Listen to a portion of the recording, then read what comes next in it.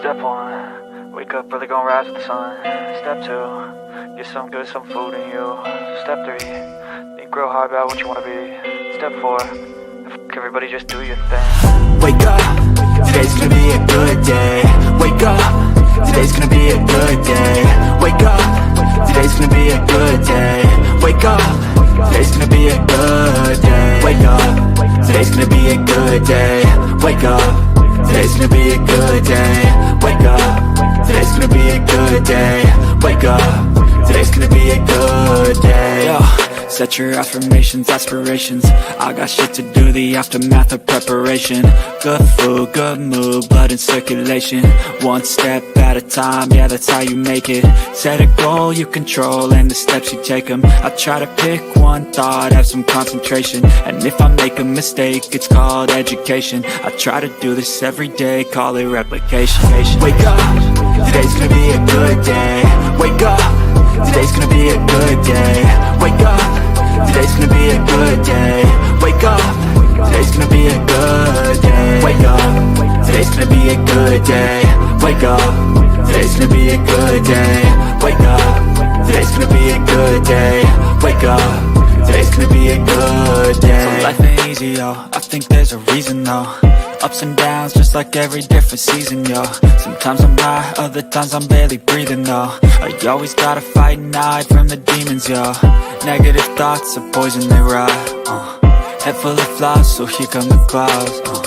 They'll never stop unless I can swap all the bad for the good in my head when I'm lost. Yeah, so I'ma fake it till I make it. Positive thoughts are overtaken, I got patience. One day at a time is how you operate a cadence. A flow, you grow, you show yourself a foundation. Stay away from all the shit that causes temptation. I know that I like to do it cause it's sensation. I live my life in my head like a narration. Don't expect greatness, do my best, man, I'll take it. Wake up, today's gonna be a good day. Wake up, today's gonna be a good day. Wake up, today's gonna be a good day. Wake up, today's gonna be a good day. Wake up, today's gonna be a good day. Wake up, today's gonna be a good day. Wake up, today's gonna be a good day. Wake up, today's gonna be a good day. Wake up early, gonna rise with the sun. Step 2, get some good, some food in you. Step 3, think real hard about what you wanna be. Step 4, everybody just do your thing.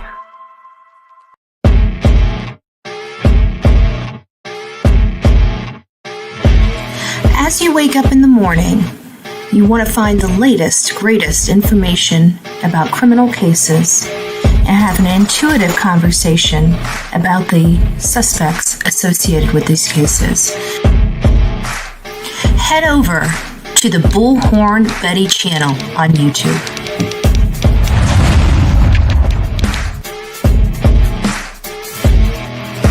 Get breaking news right here on the Bullhorn Betty channel. Welcome to the Bullhorn Betty Coffee Club. Enjoy your stay and enjoy your day.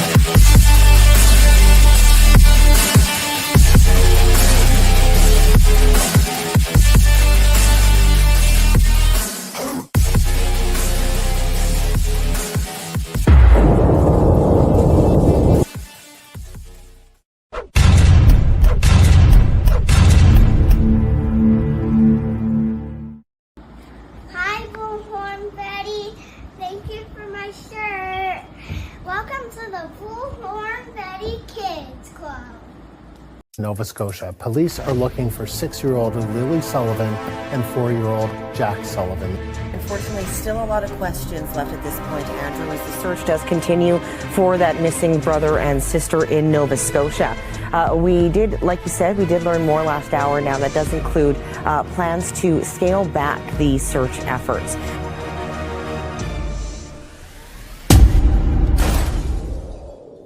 What happened was we woke up, I heard them playing in the next room beside us, and I was drifting in and out of sleep, and they're not the type of kids that we tell them not to go outside on their own. We always make sure that we're out there with them, watching them, and they happen to just get out that sliding door, and we can't hear it when it opens, and they were outside playing, but We weren't aware of it at the time, and the next thing we knew, it was quiet, and we get up and I tell him, my partner, Daniel, I tell him, do you hear the kids? And he says, no. And we get up instantly. We're looking outside. We're looking everywhere, yelling for them. And I instantly just call 911. I just had the instinct I needed to call. Flying in someone to do a polygraph test, is that on you? That's not just on me, but on everyone. That's what I asked for. I asked for that so early on, and there's not many places that do it in Canada, so they're flying somebody in. Why do you think you need to do that? Do you think they don't believe you? I think their side of the family doesn't believe me, and I just want to clear it up for everyone. Clear it up for everyone, not just the people online making crazy accusations and everything else. Good morning. Welcome to the Bullhorn Betty channel. We're covering a case out of Nova Scotia. We begin with the developing story that has gripped Pictou County and beyond. The ongoing search for 6-year-old Lily Sullivan and 4-year-old Jack, missing since Friday, May 2nd from their home in Lansdowne Station. As the community rallies and search efforts intensify, questions remain. Here's the latest. Lily and Jack were last seen around 10 a.m. on May 2nd at their home on Gairloch Road. Their stepfather, Daniel Martell, told CBC News the children may have slipped out through a sliding back door while he and their mother, Malehya, were tending to their younger sibling. Let's hear more from Martell in this clip from May 5th. We were searching. We covered everywhere possible. Even in the first day we did. Even with me running through the woods, I was ahead of the helicopters and ahead of the drones and stuff like that. Screaming as loud as I can, just until my throat hurt. Running through water that was up to my waist. And as soon as I got back, I wasn't allowed back in the woods until a man dressed in a military outfit said I could go back into the woods. I hate being wet and cold, so they immediately would have came right back into the house. The only 2 prints are right beside the house facing the road, and then that's it. The children were both undiagnosed autism, are not known to wander far, making their disappearance particularly concerning. Lily may be wearing a pink sweater, pink pants, while carrying a white backpack with red strawberries. Jack was likely in a blue dinosaur boots and a pull-up diaper. The search for Lily and Jack has entered its 7th day with over 160 volunteers, drones, helicopters, and K-9 units combing through rugged terrain of Pictou County. Amy Hansen, search manager with Colchester County Ground Search and Rescue, described the efforts. Searches of more specific spaces that have already been searched by our teams. We're not packing up, and we're not giving up. Our investigation is broad, and it won't end until we know where Lily and Jack are and can bring them home. What we understand is the family reported to police early Friday morning, early in the day, around 10 a.m., that the 2 kids they believed had left the home through a sliding door, which they say is quite silent when it opens and closes. So that's how they believe the children may have left the home. The mounted police have scaled back active searches but continue to investigate with the major crime unit involvement to rule out all possibilities. No Amber Alert was issued as police found no evidence of an abduction, though the family has raised concerns about that possibility. The mother of the children, Malehya, has left the area with family, while Martell remains at Lansdowne Station, urging anyone with information to come forward. The mounted police is asking the public to avoid the search area to prevent contamination of evidence, but encourages sharing information responsibly on social media. Lily and Jack School, Salt Springs Elementary, has deployed support staff to help students and family cope. If you have any information, contact Pictou County District Mounted Police at 902-485-4333 or Crime Stoppers anonymously. Our thoughts are with the Sullivan family in the Pictou County community as the search continues. We will keep updates as new details emerge.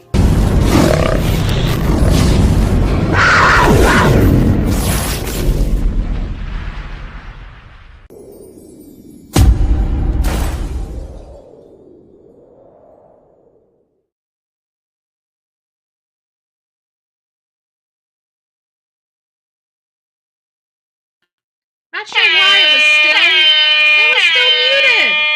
It's not muted anymore. Wake up! Wake up! Happy Hump Day! It's nice to see you all this beautiful morning. It's nice to see you. Melanie was the first to say good morning to Betty, Delilah, and Chat, followed by Hobo's Life. It's nice to see you all. Give me a second. Let me make sure everything's supposed to be working, which it's not working like it's supposed to. But now we got it working. Tina, it's nice to see you. Kim, thank you so much for the super chat. It says, good morning, BHB, mods, coffee beans. Pray y'all have a great day. Sending prayers to all these children, that all these children are found. It's nice to see you. Thank you so much for those kind words and those prayers for the babies. For the babies. Lisa B. always is up in the house. It's nice to see you, love. Panda Bear's mom, the real me too. Aw, Melanie, thank you so much. Says good morning, Betty, Delilah, mods, and chat. Wanted to say I appreciate all of you. Love you all, and praying for all these kids missing get found. Betty, I respect you all. Thank you for that. I appreciate that. Who else do we have up in the house? Dawn, Unicorn, Indiana. Our beautiful Unicorn, Indiana is up in the house. It's nice to see you, Love Bug. TD Dean, it's nice to see you as well. Good morning, Little Orange Man. Bullhorn Betty is present. Our beautiful Sonia made her debut up in the chat this morning. Frank, it's nice to see you. Good morning as well. True Crime Junkie is up in the house. It's nice to see you. Donna, Eeyore Blues, Mary Kay, it's nice to see you. Good morning, Houston, Football Mom, it's nice to see you as well. Becky, back on track with Kat, it's nice to see you up in the house. Who else do we have? We have Denise. Good morning. It's me. Jen is up in the house. Good morning, Love Bug. Carla, good morning. It's nice to see you. Kathleen, Cinderella, Chastity, it's nice to see you as well. Kathleen, good morning. Common Sense, it's nice to see you this wonderful morning. Deanna, good morning. It's nice to see you as well. Angel, good morning. Eveline, hopefully I said that correctly. If I didn't, I do apologize. My Hooked on Phonics is not the best in the world. Anne, it's nice to see you. Mickey Shell, good morning, love. I hope you're doing well. Brown Chicken is up in the house. It's nice to see you as well. Laura, good morning. Keika, it's nice to see you in the house. Kim, good morning. Kendra, it's nice to see you. Patty Parton. Patty Parton. Love that. Love that. It's cute. Some things I just start chuckling. It's cute. Tugs on Heartstrings. Well, good morning, Love Bug. I hope you're doing well. SRK, it's nice to see you as well. Did I say hi to you, Lisa B? Always. If I didn't, good morning. Wheezy Girl, it's nice to see you. Kathy, Poppy Love, good morning. Donna, Becky, Still Waters, it's nice to see you. Karen, it's nice to see you up in the house. I see Gypsy. Good morning, Gypsy. West Virginia Holler Girl. Lakeith, good morning. Kelly, it's nice to see you. Our beautiful Peggy's up in the house. It's nice to have you. Christy, it's nice to see you. Sharon, good morning. Tam here. It's nice to see you. Kathleen, Outer Banks is up in the house. Outer Banks is here on time.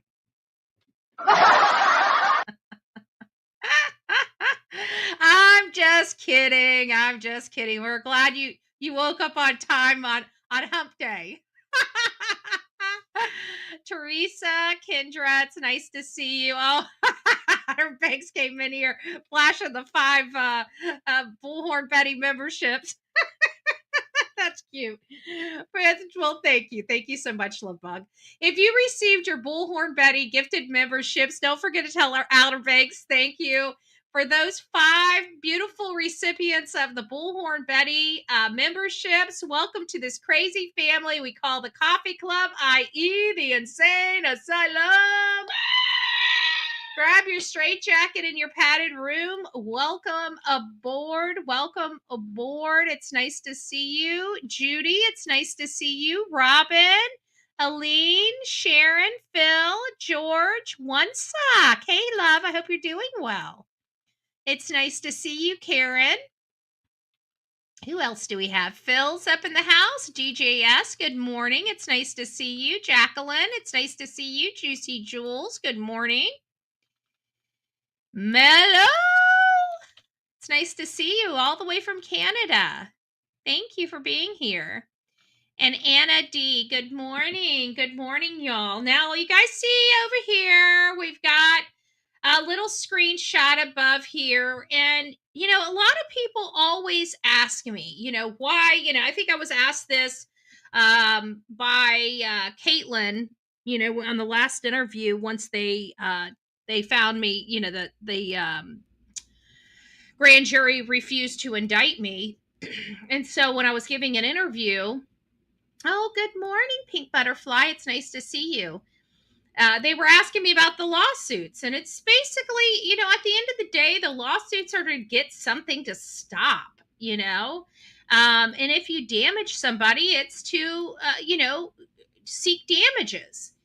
And a lot of the problem is people don't understand there is a multitude of reasons to sue somebody, right? And this next one is something that I saw coming. I actually stated it a couple years ago that, you know, what needs to happen is people need to start suing the state of Tennessee to fix some of the problems in their Department of Children and Family Services. We've outlined a lot of the issues in Tennessee for a long time, and I believe that this is the first of many. And I don't think it's really the first. I think this has happened to other in other states as well.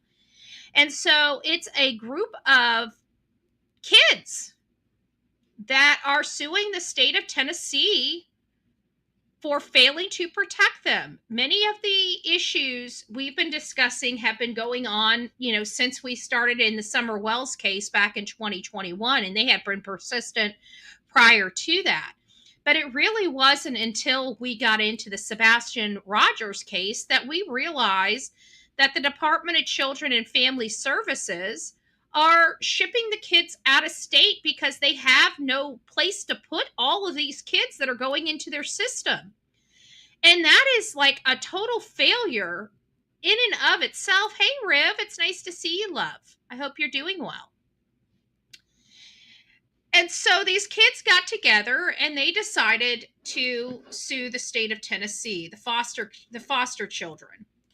The foster children. So a group of Tennessee foster children is suing the state in a class action lawsuit, which claims the Department of Children and Family Services failed the children it's supposed to protect. 13 children currently in foster care, aging from ages 1 to 16, filed the suit on more than 9,000 children in the state of Tennessee's foster care system. The children are represented by a national nonprofit advocacy organization out of New York, A Better Childhood, which has said it's used the courts to reform dysfunctional child welfare system around the country. Now, a lot of the issues I've been very critical of the state of Tennessee. I love Bill Lee. Don't get me wrong. This is nothing political, but it's do your damn job. I can like somebody's policies all day long when it comes to the state. But when you're failing to protect the most vulnerable of your state, your children, and you have a hot mess express and you find it more important to throw people in jail for providing this information to the public, it's a little disheartening, a little disingenuous. But I'm glad that it sounds like at least a law firm, A Better Childhood, has taken up this fight for the children of the state of Tennessee. Now, mind you, we also learned that these children were being sent to states that don't have the same laws as Tennessee. What do I mean? For example, you cannot strap a child down to their bed or to their chair in the state of Tennessee. It's unlawful. Okay, but they're shipping these kids out to states like Utah that their laws are perfectly fine with strapping a child to a bed, even though it contradicts the laws in the state where these children are being overseen and having to pay for. Now, how can you have laws in your state to protect your children, the most vulnerable children, so the ones that are in the system, and then ship them off to states that don't have the same laws as you related to their upbringing and what they can and cannot do to that child? That right there, to me, does not make sense. But again, they do not have the beds in the state of Tennessee. It also describes unsafe conditions inside transitional homes, which News Channel 5 investigates have reportedly were extensively reported on extensively. The Department of Children and Family Services set up a transitional homes after reports revealed children were sleeping in state office buildings because of lack of foster care placements. The lawsuit claims while intended as temporary placement, DCS leaves children in these situations for months on end. It also claims caseworkers are overworked and undertrained. Everything we've been saying on this channel for years, literally for years. This class action lawsuit from 2000 came to be known as Brian A. after a foster child from Memphis who sued the state. New lawsuits claim that the state allowed the system to deteriorate after court monitored ended in 2017. Tennessee has a lot of work to do, and throwing people in jail because they're vocalizing their problems that they have in Tennessee is not the way to go. And you know what? It's a damn shame that your foster care children have to sue the damn state just to get reasonable resolution to the issues that they're having because they're so poorly managed. Everything the Bullhorn Betty channel has been saying for literally years. So I'm very thankful that these children in the system are finally standing up and speaking up and getting something resolved. Now, is this going to change things? Yes. And moreover, I think this needs to happen in all 50 states. Because like I said, we have been on this campaign to change interstate, intrastate laws that have not been changed since 1969. And I'd like to get those updated. And the only way we can get those updated is if we have 35 states on board. Okay? We've had zero. There is 0 states pushing for this 1969. Now, can we all agree that a lot has changed in our economy, in the resources available since 1969? We barely had TV in 1969. Now we can communicate and have freaking meetings over the internet. None of this stuff makes sense anymore.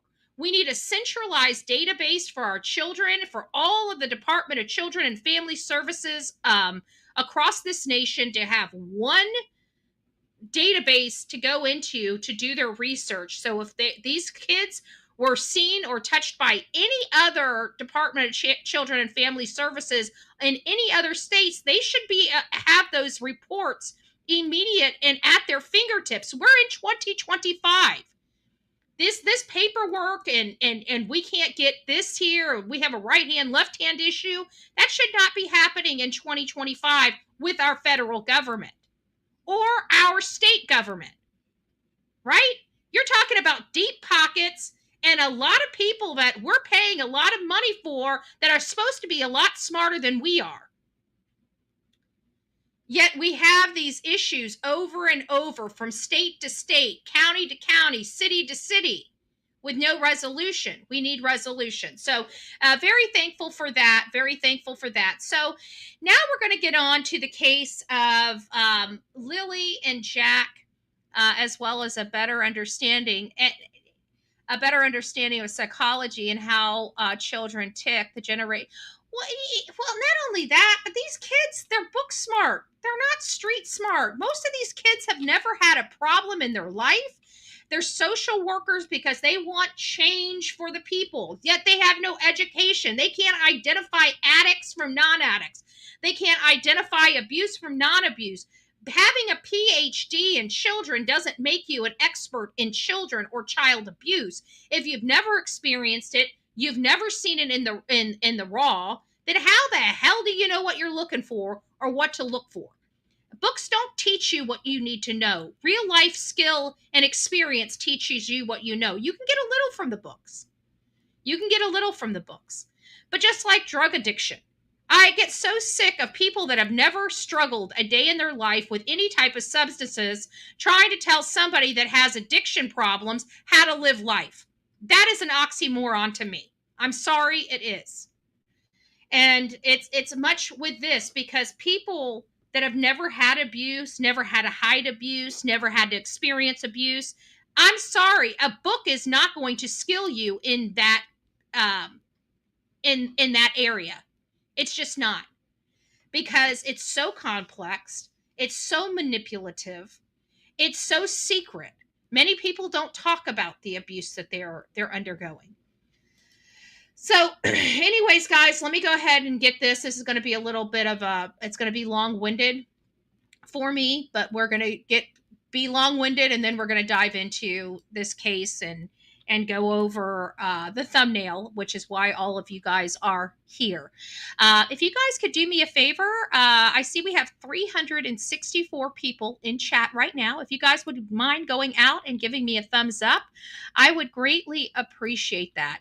I do want to let you know some of the work that I'm doing before we go into the intro of Lilly and Jack's case.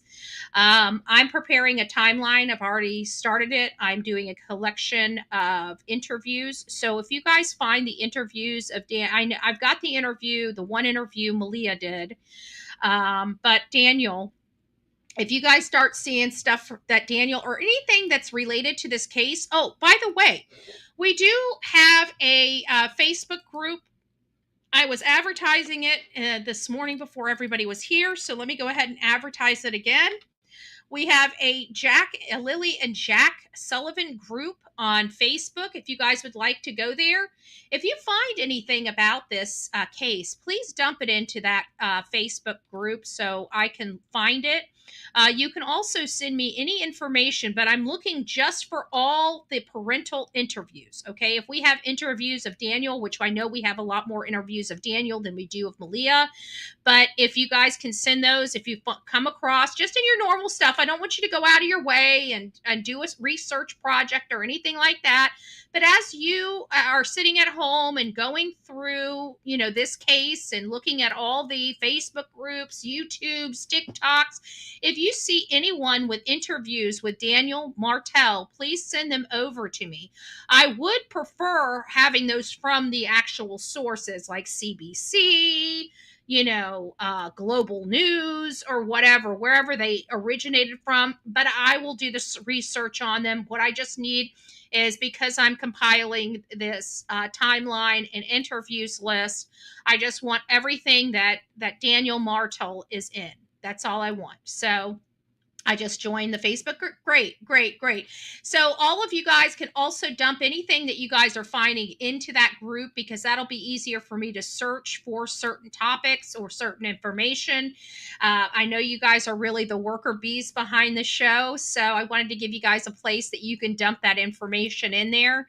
So get on over there, sub up to that group. I can't remember if that's a group that's has to go through an approval process. If there is an approval process, that means you need to answer the questions. If you leave the questions blank, the chances are you're probably going to be denied. So if there are questions there to enter that, please answer the questions to the best of your ability. All right, so let's get on here with the intro. So the disappearance of Lilly Sullivan, 6, and Jack Sullivan, 4, from their home in rural Nova Scotia, Canada on May 2nd has gripped public attention due to its mysterious circumstances and unanswered questions. Lilly and Jack Sullivan vanished from their home in Lansdowne Station, Nova Scotia on May 2nd, 2025. The siblings are believed to have wandered off into a heavily wooded area near their residence, as reported by their parents, who stated the children may have opened a sliding glass door and left the house quietly without waking them.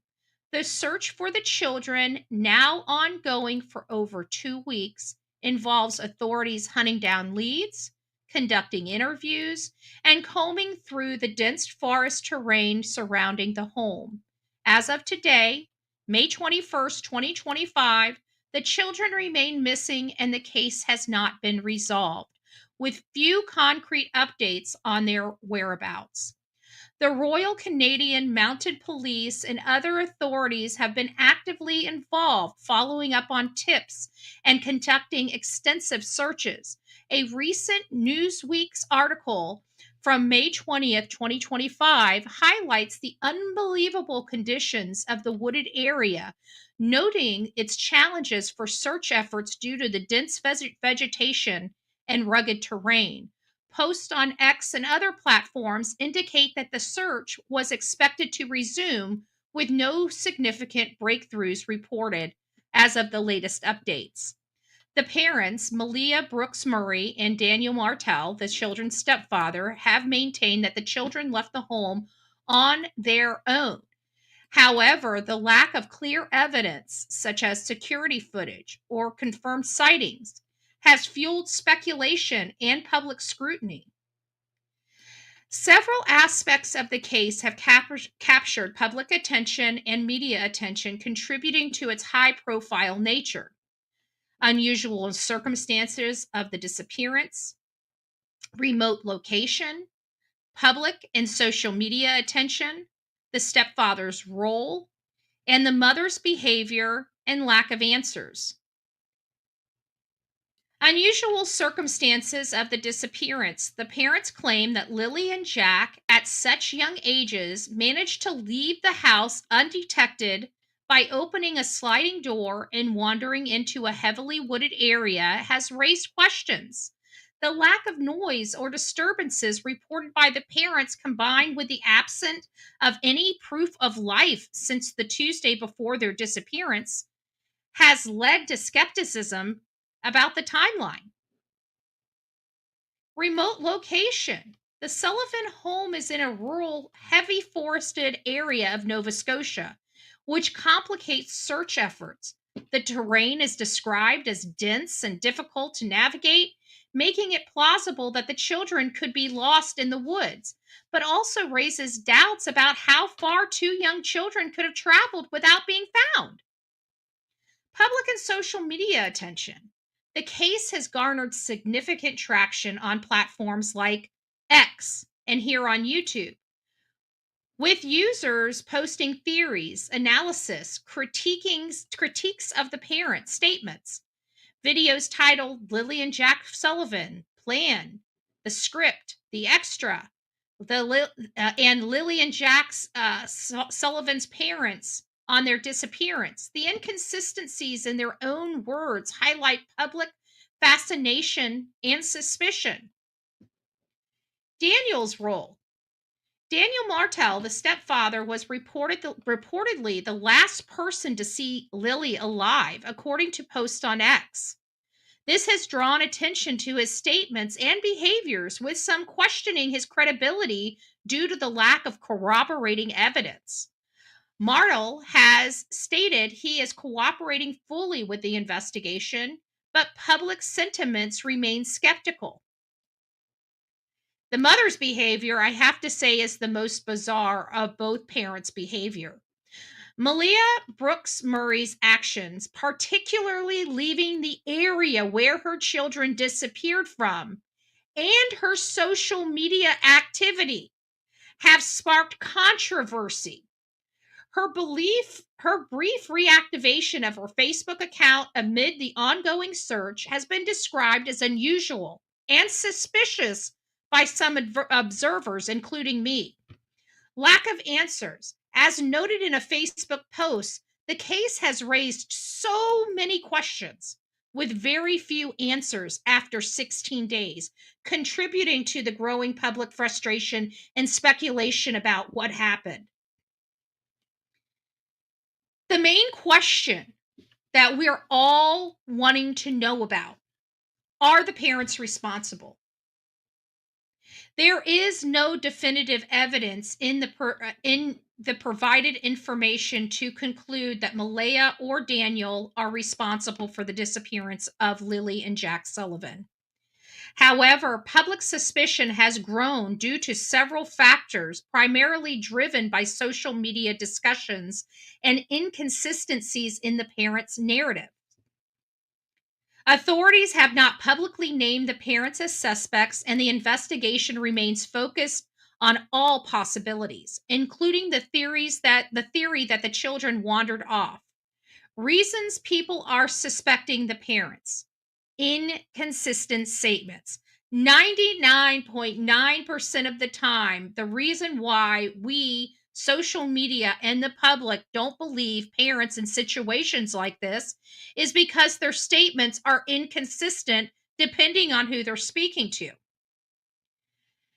Inconsistencies in the parents' account of the disappearance. For example, the claim that two young children left the house without waking anyone up has been questioned, especially given the lack of confirmed sightings or physical evidence. The stepfather's involvement, Daniel being the last person to see Lilly alive, has drawn scrutiny. Questions why the stepfather or the mother should be trusted, especially since the last proof of life was days before their reported disappearance. This gap in the timeline has fueled speculation about what happened in their intervening period. The mother's social media account, Malehya, brief reactivation of her Facebook account to change her profile picture and update her relationship status to single, has been widely criticized as odd behavior for a parent of a missing child.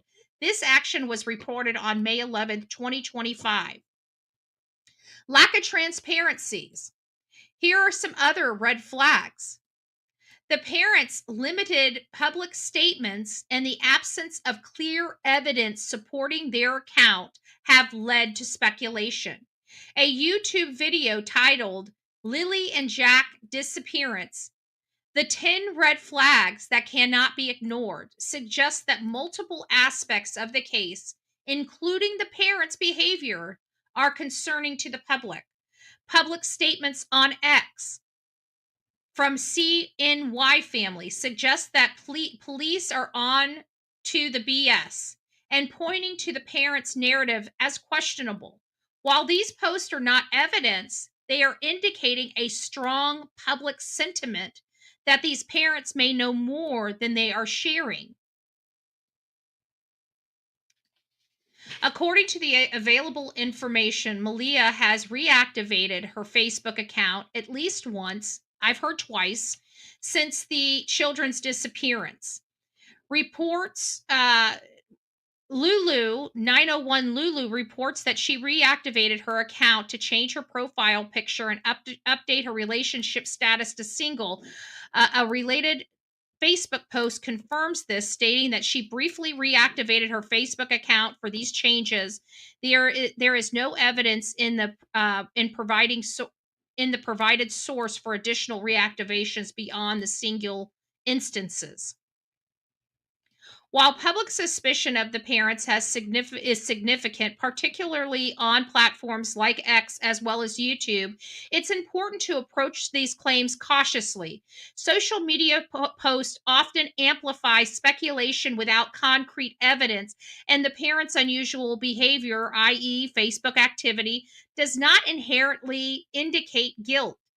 The dense wooded area around the Sullivan home presents a plausible scenario for the children getting lost, but the lack of sighting or physical evidence over 2 weeks is concerning and fuels alternative theories. The RCMP's ongoing investigation suggests they are exploring all possibilities, but no arrests or charges have been reported as of today, May 21st. This case bears similarities to high-profile missing children cases where public scrutiny often focuses on those closest to the victims. However, without forensic evidence, witness testimony, or other breakthroughs, the parent's responsibility remains speculative. The mother's Facebook reactivation, while odd, may reflect personal distress or other motivations unrelated to the children's disappearance. It is my understanding she is trying to distance herself greatly between her and Daniel's relationship.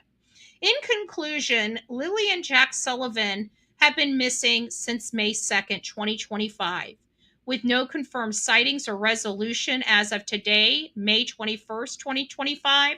The search continues in the challenging terrain of rural Nova Scotia, but the lack of answers has intensified public scrutiny of the parents Malehya Brooks-Murray and Daniel Martell. Suspicions stem from inconsistencies in their accounts, the stepfather's role as the last person to see Lilly, and the mother's unusual Facebook activity. Malehya reactivated her Facebook account once to update her profile picture and relationship status. While these factors raise concerns, there's no conclusive evidence of parental responsibility, and the investigation remains ongoing. However, the largest red flag for me personally is the fact that Malehya took off and has not been back. The case's compelling elements, its mysterious timeline, rural setting, and social media frenzy continue to drive public interest and debate over these topics. So, as you guys know, this morning we are going to be going over the recovered Facebook, right?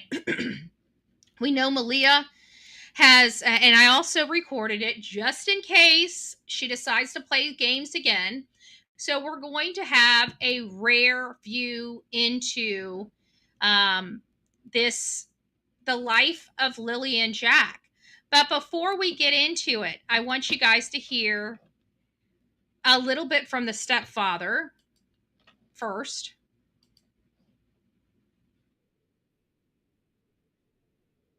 Hold on, let me get back. Okay, here we go. Of course, I lost my audio. Give me just a second.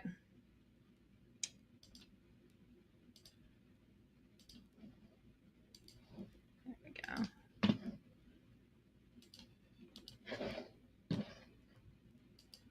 He had to say about this situation.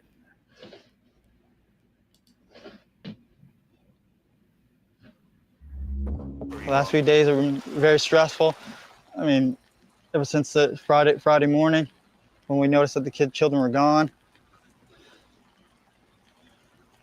Immediately jumped in the vehicle, surveyed all the areas, many dirt roads, many culverts as I could, and waited for the police to get there. So again, this search began with family. Now, I do want to let you guys know that this right here, a lot of people have been bringing this up. This is not a scratch on his eye. That is a scar. If you go back to some of the earlier photos of him, you'll see that that is a scar, not a scratch. I think the reason why it looked like a scratch is because he was out in the sun. And when you have fair skin like he does and you're out in the sun, any scar turns red for at least a day or whatever. So I did want you guys to see that. Hold on, there's another one I want you guys to see too. And this is the one that's important to me. This is the one that's important to me because Lilly and Jack were missing. And what Daniel described was he was out there screaming, "Oh, hey, Be Betty fan. Big Back Mike up in the house, VA Dynamic. It's nice to see you all. Good morning. Good morning. Happy hump day." So the reason why I'm saying this is because these kids may have been on the autism spectrum, to a degree. Not, they weren't nonverbal or anything like that, and they were undiagnosed. They just had some type of behavioral issues that led the family to believe that they may have autism. And so there's going to be a point when they look around and they're going to get scared and start screaming and start doing this and start doing that, right? So if they had only been gone for 20 minutes, they would have heard Daniel screaming their name. And it's hard not to notice how loud Lily can scream. I got him. Wait, my birthday. Ready? Happy birthday to you. Happy birthday to you. So as you guys can see, Lily, when she's excited, she's got some pipes on her, right? She's got some pipes on her. So I wanted you guys to remember that she can scream, she can speak. And if they were out there and she had just wandered off, certainly they could have heard her or her brother Jack. Nobody heard a darn thing out there in those woods. And there's also more important information that we have to discuss as well, because we have to look at the maps. You know, this is not going to be a case that we're going to be able to take the show out personally to and do our own, ground searches and what have you. So we have to start using our common sense and deductive reasoning when it comes to this case. We also heard by law enforcement on the dispatch calls that there was some reception information out there. Can somebody tell me if that they have landline phones in this area of Nova Scotia, or how somebody would call law enforcement if they had cellular reception issues?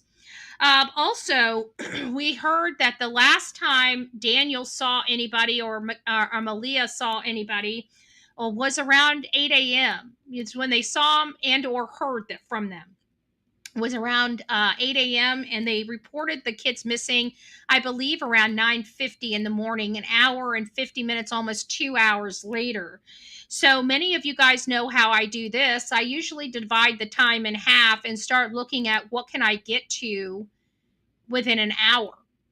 And I also did some research on the map because I learned that not only is Daniel have ties to New Glasgow, I also found out that Malehya does too. And New Glasgow is only about it's under 20 miles away from their home.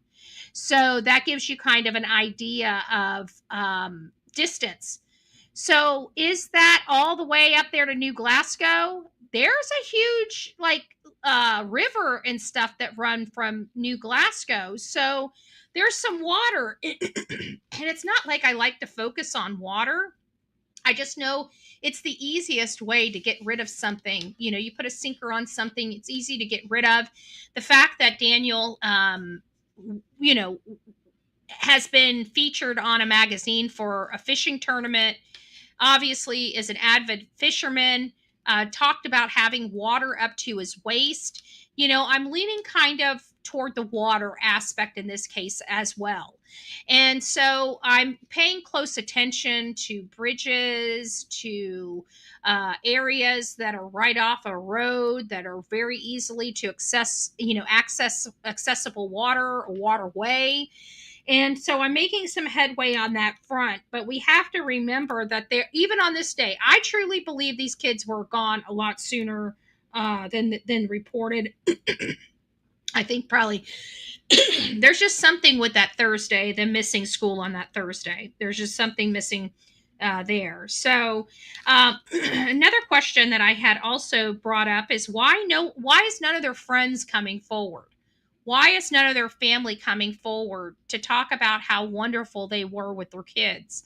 How what the public is assuming is not what has happened.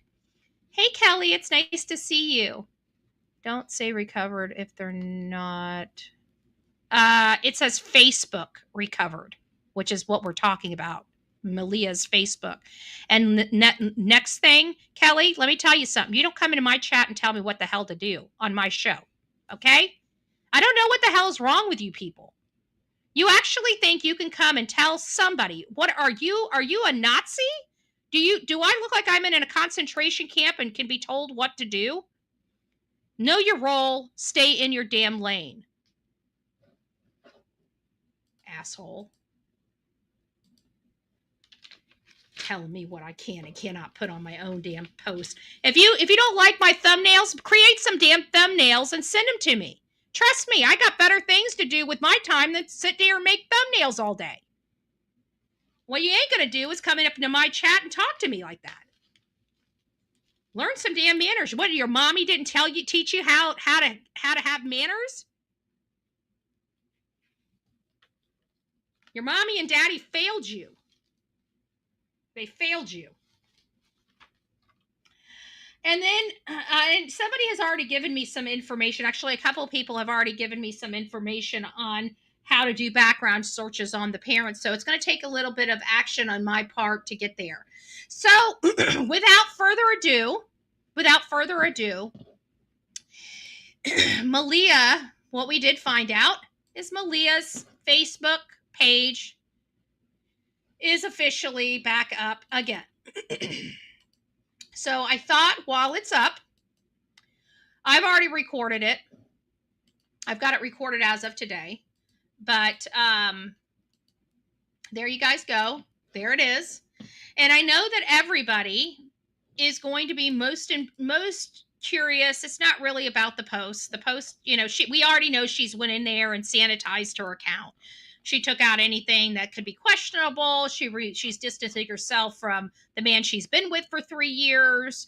And then now it's no videos whatsoever. It's just only posts about her children. So I figured we might as well go through them so you guys could see the children. They are super, super cute.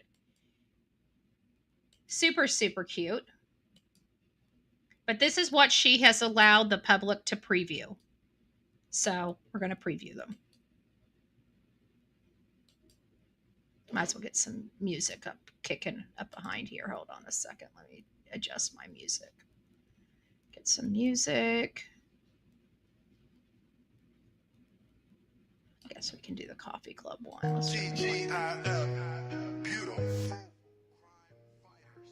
Hello, everybody. It's Bullhorn Betty. Happy Friday. You know what time it is?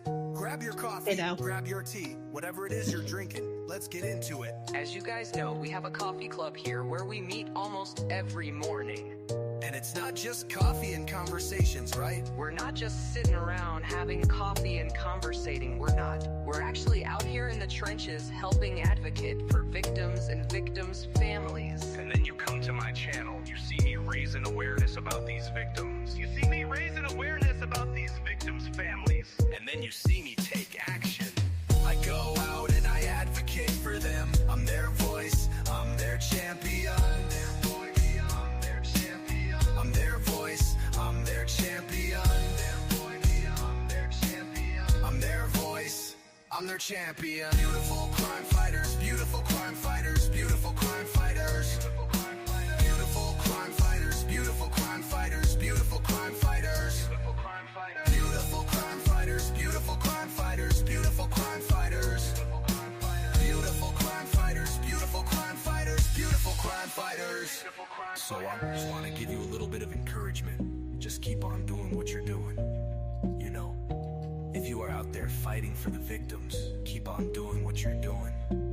If you're out there trying to advocate for the victims' families, keep on doing what you're doing. If you're out there, boots on the ground, keep on doing what you're doing. Beautiful crime fighters, beautiful crime fighters, beautiful crime fighters.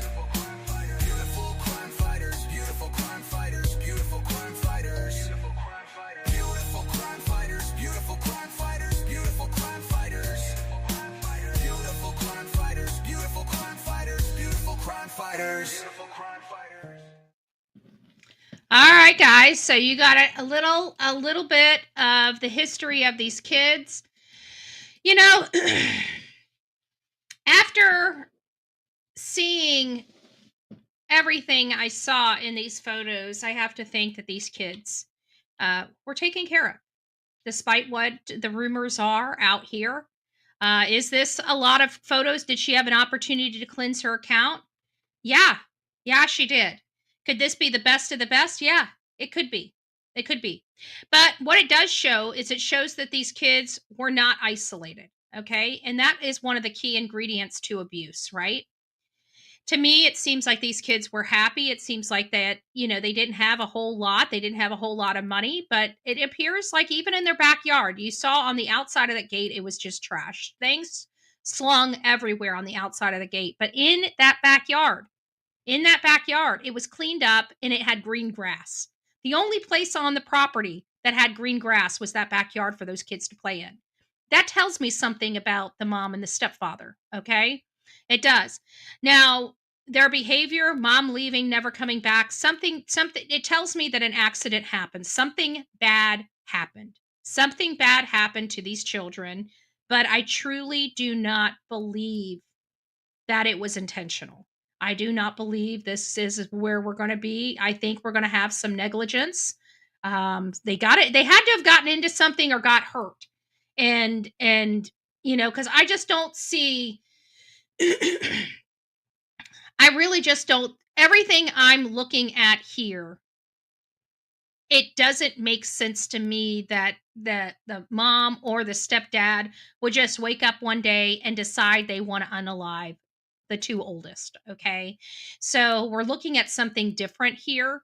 I don't believe that this is a situation where somebody blew up like I do with Katie, where I believe she, strangled Sebastian. I don't think she beat him. Like on Quentin Simon, I believed he was beaten. I don't believe that Sebastian was beaten. I believed he was suffocated or strangled. Just like I don't believe that this is a situation where the parents lost their stuff and blew up and, slung kids and injured them that way. And it was too late, too long. I feel like there's something more here. It seems to me, and I think that is supported even by the mother's behavior. The mom has not been back, right? The mom has not been back. The mom is blaming the stepfather. The mom is distancing herself from the stepfather. The mom wants nothing to do with him. The thought of any photo with her and him in it is making her so nauseous that she wants to just destroy every single photo that he is in with her or her children. So to me, this is a situation where I feel like something that should not have been at that house was there.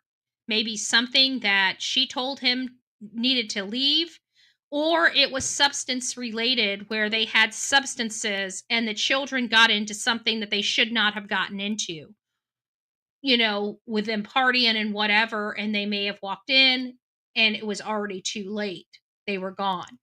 That's kind of what I'm kind of seeing for this case, the way it's working out. But that's just my opinion.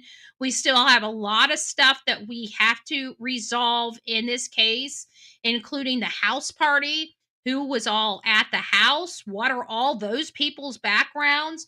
What are mom and stepdad's backgrounds? If anybody's from Canada that knows how to get those information, the background information on the mom and the stepfather, if you'd be willing to do that, I'd greatly appreciate it. If there's any cost associated with it, let me know. I'll pay you for it. But anything you guys can do to give me some background information on these parents, I would greatly appreciate it. I've got nothing. Okay? I've got nothing. I don't like flying like this where I have no background information on either parent. I'm looking for drug charges, violence, anything in their background. I'm just trying to define who these people are, when's their last contact with law enforcement, when's their last time talking to any type of child protective services, if any. Just getting a layout. Just because their background looks bad, if it does look bad, doesn't mean that they had anything to do with their children. I'm just saying that there is a lot of friction between the mom and the stepdad all of a sudden, to the point where the mom won't even go back to the property. That's telling me that something really bad happened there, and it makes the mom physically sick to be there. So, because if it didn't, she would have came back the next day or the next day, just if nothing more than just to see law enforcement or to speak to law enforcement or to get an update from law enforcement about her children. But there's nothing. She took off and has never come back. Why? To me, that's telling me because she knows there's nothing there for her. Her children are gone. And she knows it. That's the only thing in my mind that justifies the behavior of a mother walking away from a home that her children disappeared from and never going back to that home again. Something terrible, in my opinion, happened at that home. And I truly believe it happened at that home on Wednesday. I think these kids were already gone by the time school was supposed to be going on Thursday. And I think both of the parents didn't know what to do.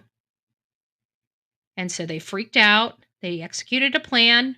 That plan was either carried out Wednesday or Thursday. And by Friday, they're calling the children in as missing. So that's my most plausible theory on this case right now. You know, but again, there's still, even though this is where the case is leaning, we still have we still have a lot to resolve. We need to know who was at this house party. If you're in the area, if you know these people, if you want to fill me in, please fill me in. I'll keep you confidential. I have no reason to name drop. I don't really care whether people believe me or don't believe me. If I get the information, I'll keep your name out of it. I'll keep your name out of it. Nobody will ever know where the information comes from if you report it to me. So you can reach out to me at bullhornbetty@gmail.com, bullhornbetty@gmail.com. Any information about this family, I'd like to see it. To me, it looks like a family that loves their children. So I'm trying to make it make sense, okay? I'm trying to make it make sense. So help me make it make sense. All right, guys, thank you for being here. Thank you for spending your time with me. And we will be back. We're going to be rolling out. We're getting back on schedule with our shows and our show schedule. So we were up and running this morning at 10 a.m. We will be on Bullhorn Betty Crime Stories here in 2 hours. So if you would like to come over there. We also have TikTok. We'll be doing a live on TikTok. I'll also be preparing a couple videos today. And we'll be back here tonight at 6 p.m. Tonight at 6 p.m. right here on the Bullhorn Betty channel to dive into this case and start making comparisons to the Sebastian Rogers case. So thank you all again for being here. And for those that contributed, Kim, thank you. Melanie, thank you. And Outer Banks, thank you so much for all of you that came over here and decided to listen. If you got something out of this show, please don't forget to give me a thumbs up. Share this out to the pages. Don't forget to sign up to our page for Lilly and Jack. And let's start trying to work this case the best that we know how. All right, guys, rock it out with your coffee beans out. Don't forget to be fearless. If you see something, say something. An ounce of prevention is worth a pound of cure. And until next time, please be safe, but more importantly, kind to one another. God bless. From the East Coast to the West Coast, we are everywhere true crime is. We are asking for the public's help. We are searching in the woods. We are doing what it takes here on the Bullhorn Betty channels to find answers to the most alarming cases we have been watching on the news. I can tell you personally that I have traveled this entire country seeking these answers and bringing that content right here to you here on the Bullhorn Betty channels and Bullhorn Betty Crime Stories. We are happy with the work that we've done. We brought many answers to the public, and we have defied mainstream media in our pursuit of the truth in these cases. We will continue to work, we will continue to fight for these victims, and we will continue to tell their stories here on my channels. Welcome to the Bullhorn Betty brand of channels and the Coffee Club. Thank you for your love, thank you for your support, and more importantly, thank you for allowing me to bring these victims' stories to each and every one of you, advocating for each of these victims. God bless you, God bless America, and more importantly, God bless our victims.